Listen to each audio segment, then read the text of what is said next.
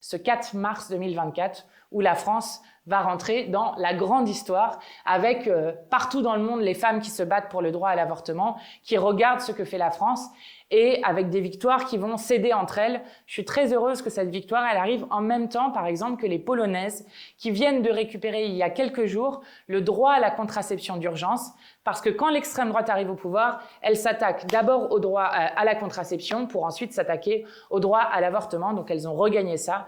Il leur reste à regagner le droit à l'avortement alors que 6 femmes sont mortes depuis que l'avortement avait été quasi interdit.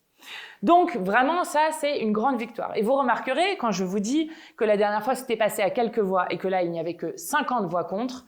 Pourquoi est-ce que c'est comme ça? Parce que nous avions déjà gagné dans la société et que les anti-droits et les anti-choix sont minoritaires dans ce pays avec 80 à 90% du peuple français qui est favorable au fait de garantir ce droit dans la durée longue parce que quand on touche la Constitution, on parle justement du temps long.